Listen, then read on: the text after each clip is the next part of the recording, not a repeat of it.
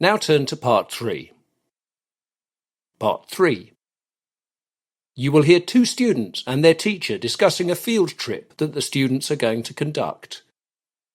First, you have some time to look at questions 21 to 25.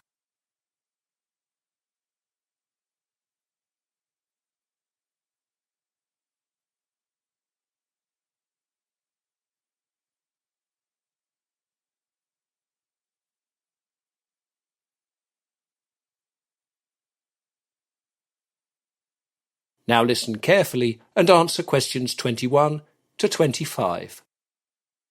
Hello, Dr. Rogers. Can we speak to you for a moment?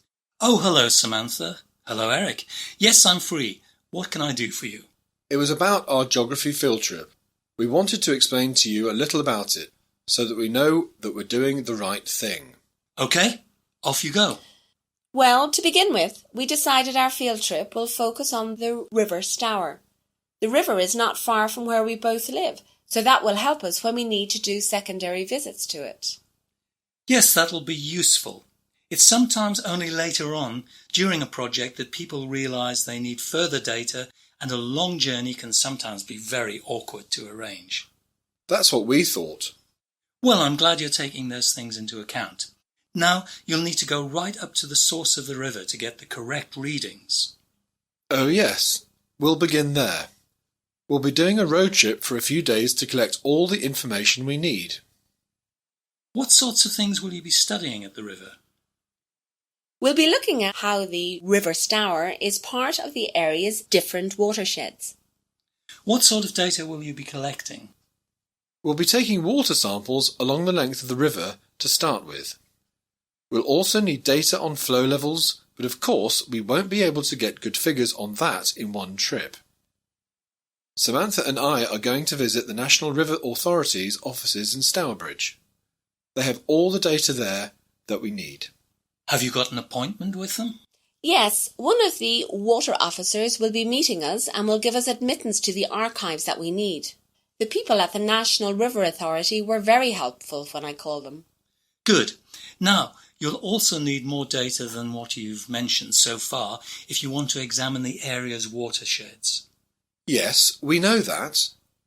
Watersheds themselves consist of all surface water and include lakes, streams, reservoirs and wetlands, as well as all groundwater and aquifers.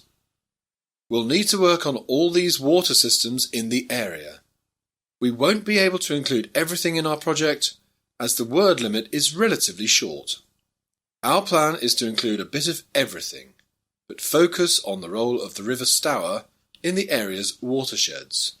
That all sounds fine. You now have some time to look at questions 26 to 30.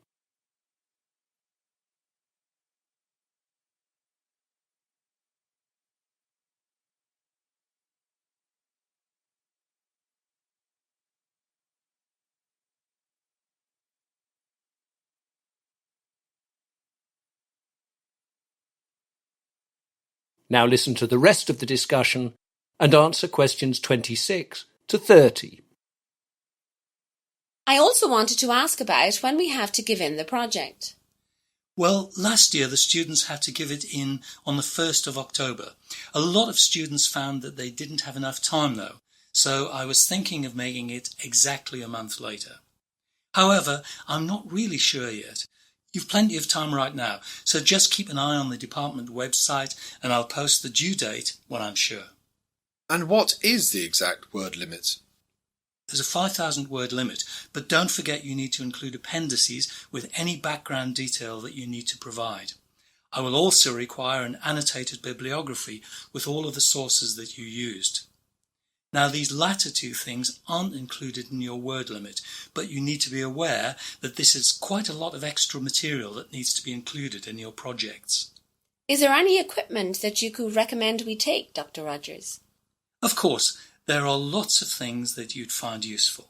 You'll need a water chemistry test kit, turbidity tubes, TDS probes, nets, hip waders, compasses, stopwatches, and a field guide of that area.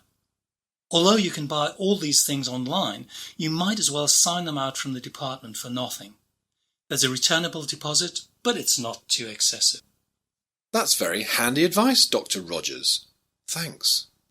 What I must also remind you about is to take security precautions. I know that you are all quite responsible, but being around water can always have potential dangers, and you must take particular care if there's been a lot of rain and the river is high. First of all, stay together. If one of you falls in or gets into difficulties, then the other immediately knows about it and can do something. The other major thing to take care about is washing your hands after being in contact with the water. River water is not as clean as it used to be, and if you come into contact with river water and then eat without washing your hands, you run the risk of ingesting bacteria. This can lead to all sorts of tummy upsets.